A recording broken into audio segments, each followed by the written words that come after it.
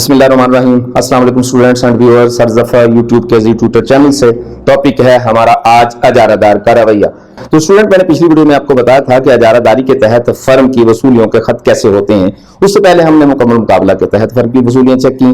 तो स्टूडेंट, अजारादारी के तहत जब हम फर्म की वसूलियों पर बात कर रहे थे तो हमने देखा कि अजारादारी के तहत जो है वो आपकी फर्म के रेवेन्यूज के खत जो है वो कुछ यूं बने थे। हमारा AR का खत ऊपर था और हमारा MR का खत जो कि प्राइस का भी खत था नीचे था। तो यह एक बड़ा अहम नुक्ता उठता है कि एक अजारादार को चीज सस्ती करके बेचनी चाहिए या महंगी करके बेचनी चाहिए। तो इकोनॉमिक्स के कवानीन के मुताबिक, इकोनॉमिक्स की हदायत के मुताबिक एक अजारादार को चीज महंगी नहीं बेचनी चाहिए। उसमें बहुत सारे नुकसान आते हैं। पहला नुकसान तो यह है कि अगर आप चीज महंगी बेचेंगे तो लॉ ऑफ डिमांड अप्लाई होगा। लोग उस चीज के बगैर गुजारा करने की कोशिश करेंगे, उस चीज को खरीदना कम कर देंगे।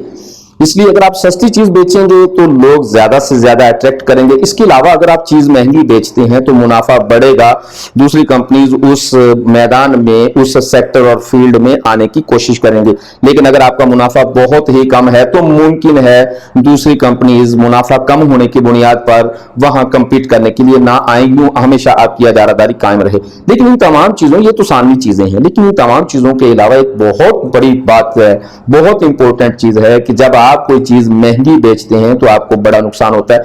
मिसाल के तौर पर आप ताजर हैं कपड़े के, तो आप जो कपड़ा बेचते हैं बहुत ही महंगा बेचते हैं। आप 2000 वाला सूट जो है वो फर्ज कर लेते हैं आप 5000 का बेचते हैं। यूं कस्टमर 5000 का सूट महंगा होने की बुनियाद पर कम से कम खरीदेगा। कोई कोई कस्टमर आपके पास आएगा, अगर वो आएगा तो दोबारा नहीं आएगा चूंकि महंगा बहुत ज्यादा। फर्ज कर लेते हैं कि 2000 की चीज आप 5000 की बेच रही हैं और वो कस्टमर दोबारा आ जाता है आपके पास। वो कहता है कि जी आपके पास वैरायटी अच्छी है, फर्ज करते हैं, तो दोबारा आ जाता है आपके पास। तो स्टूडेंट, अगले हफ्ते 2 हफ्ते के बाद वो कस्टमर जब आएगा दोबारा आपके पास, तो क्योंकि आप चीजें महंगी बेचते हैं, आपका तो माल नहीं बिकता, आप तो रोजाना 1 या 2 सूट बेचते हैं, माल आपका स्टॉक में पड़ा हुआ है, यूं नई वैरायटी आपके पास नहीं आएगी या कम से कम आएगी। कस्टमर 2 हफ्ते बाद दोबारा आता है, कपड़ा देखने की कोशिश करता है। वो औरत कपड़ा देखती है तो आप उसे वही कपड़ा दिखा रहे हैं जो 15 दिन पहले भी आपने दिखाया था।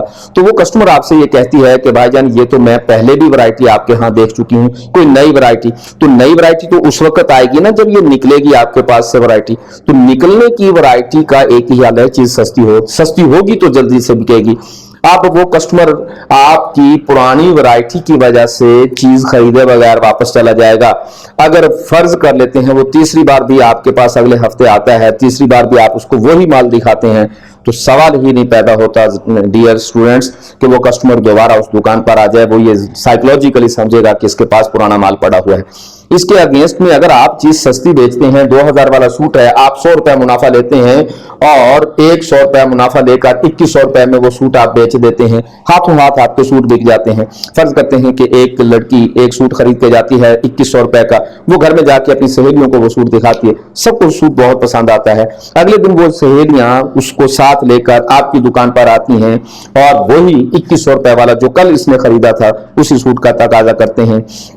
तो आप पता जवाब में क्या कहेंगे कि बाजी कल वाले सूट कहां पड़े हैं मेरे पास, यहां तो वैरायटी हाथों हाथ निकल जाती है, मैं माल लेके आता हूं उसी वक्त निकल जाता है। यहां तो 15 मिनट बाद आप सूट कोशिश करेंगे तलाश करने की तो वो नहीं मिलेगा। आप कल की बातें कर रहे हैं, आप नई वैरायटी देखें बाजी, कल का जमाना पुराना है।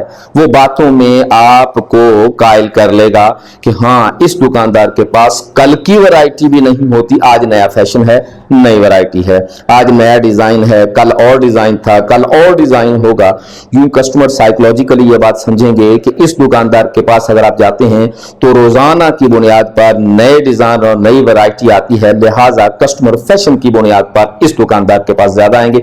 एक तो आपको चीज सस्ती मिल रही है, दूसरा आपको वैरायटी नित नई मिल रही है, तो कस्टमर क्यों जाएगा।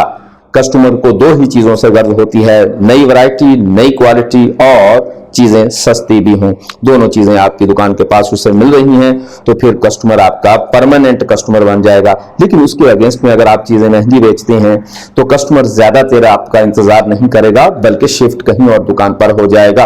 तो डियर स्टूडेंट, ये छोटी सी वीडियो थी हमारी। उम्मीद करते हैं कि हमारी वीडियो से आपको बहुत कुछ सीखने को मिल रहा होगा। हमारी वीडियो को सब्सक्राइब करें, लाइक करें, शेयर करें, बेल का बटन जरूर दबाया करें, अपने दोस्तों को जरूर बताया करें। अपना ख्याल रखिएगा। हाजिर होंगे अगली वीडियो के साथ। वस्सलाम।